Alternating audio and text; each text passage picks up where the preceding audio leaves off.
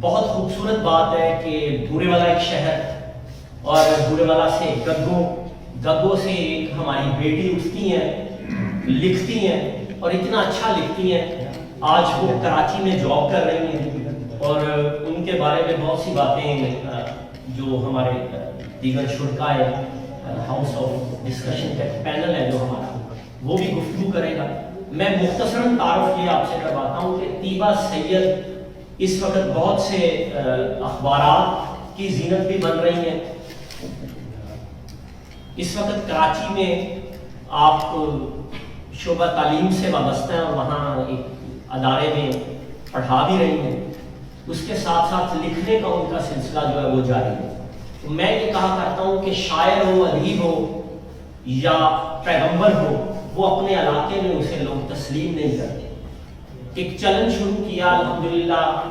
5 سال 10 سالوں میں، لیکن ہوا یہ کہ بہت سے لوگوں کا آنے کا سلسلہ شروع ہوا، انہیں ایک اپریسیشن کا سلسلہ شروع کیا تو بہت سے نئے ہیرے سامنے آئے. اچھا، ان کی خوبصورتی یہ ہے کہ انہوں نے کتاب تک کا سفر بہت جلدی طے کر لیا، جو بہت مشکل سفر ہوتا ہے. اور اگر آپ ان کی کتاب دیکھیں یقیناً بہت جلد راحت قدا کے روح رواں احسان احسن ہمارے دوست وہ ایک پروگرام شروع کر رہے ہیں اور وہ کتاب لینا ہوگا، وہاں سے ان کی یہ کتاب لے بھی سکتے ہیں. اچھا، اس میں بہت سے ایسے مضامین شامل ہیں جس میں میں آپ کو اگر چند چیدہ کا نام لوں، زندگی کی دوڑ میں گر جانے والوں کے نام. اچھا، یہ انہوں نے بہت اچھا لکھا ہے. نہ تو اس سے کوئی موٹیویشنل سپیکر کی وہ چلاکی نظر آتی ہے، اچھا نہ اس میں آپ کو وہ افسانے کے گنجلک کردار چلتے ہوئے نظر آتے ہیں جس میں کہانی کہیں چھپ جاتی ہے اور کردار چلتے رہتے ہیں کہ منظر نگاری دائیں یہ تھا، بائیں یہ تھا، سامنے یہ تھا. نہ آپ کسی نسٹلجیا میں جاتے ہیں. یہ اس کی خوبصورتی ہے کہ یہ بالکل سادگی سے، بالکل روانی سے اس نے اپنا اظہار کیا ہے اور ایک تنبیہ کی اور ایک کئی ایسے گرتے لوگوں کو جھنجھوڑا ہے جس میں اصلاح کا پہلو بھی ہے اور زندگی کے لطیف پیرائے بھی لکھتے ہوئے. ہم آپ کو مبارکباد پیش کرتے ہیں. یہ مبارکباد نزمینہ کی طرف سے نہیں، یہ مبارکباد زین رشید کی طرف سے نہیں، یہ مبارکباد ان تمام دوستوں کی وجہ سے ہے.